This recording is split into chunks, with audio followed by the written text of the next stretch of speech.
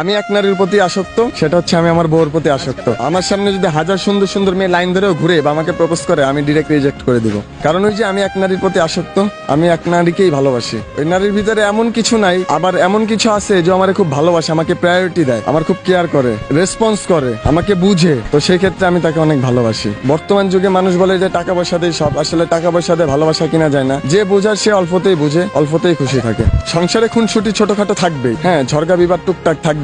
ওই ঝড়গা বিবাদের মাধ্যমে একে অপরের ভালোবাসাটা, বন্ডিংটা আরো ভালো থাকবে। তো ওই কারণে আমি মনে করি যে খুনসুটির ভিতরেও অনেক ভালোবাসা থাকে। যেমন আমাদের ভালোবাসা অনেক, আমি এখন ওকে ভালোবাসি, ও দেশে থাকে, আমি ঢাকায় থাকি। ছুটিতে আমি যাই, তখন একসাথে ঘুরি, ফ্রি সবকিছু করি। ঢাকায় যখন থাকে আমি ওকে খুব মিস করি। আমি বলতে চাই আমি ওকে সবসময় ভালোবাসি, সবসময় মিস করি। ওর ফ্যামিলির কেউ জানতো না, ওর ভাই জেনে গেছিল। ওর ভাই আমার ফ্রেন্ড হয়, আমাকে লাইক করতো, আমিও লাইক করতাম। বিয়ে যে করব এটার চিন্তা ভাবনা আমার ছিল না, কিন্তু ওর যে আমার যে সুমন্দি বউ, সে বলছে যে ভাই বিয়ে যদি এখন না করেন তাহলে কিন্তু ভবিষ্যতে এই মেয়েকে আর পাবেন না। তো এই কথার পরিপ্রেক্ষিতে আমি, ওই মেয়ে আমাকে মানে হেল্প করে, আমার সুমন্দি বউ হেল্প করার কারণে পরে ওই মেয়েটাকে নিয়ে আমি ভেগে যাই। 2 দিন বাইরে ছিলাম আমার এক বান্ধবীর বাসায়। ওকে আলাদা আমার বান্ধবীর সাথে রাখছিলাম, আর আমি আমার বান্ধবীর ছোট ভাইয়ের সাথে ছিলাম। আমার নামে মামলা মোকদ্দমা কেস টেস করে দেন আমি চলে আসছি। আসার পরে মেয়েকে থানায় নিয়ে গেছে। নিয়ে যাওয়ার পরে ওসি জিজ্ঞাসা করছে, ওসি রুমে নিয়ে ওসি স্যার বলতেছে যে তুমি কি চাও? বলে আমি এই ছেলের সাথে সংসার করতে চাই, এই ছেলের সাথে থাকতে চাই। বলে তোমার তো প্রাপ্তবয়স্ক হয় না। তখন বয়স ছিল 16 বছর,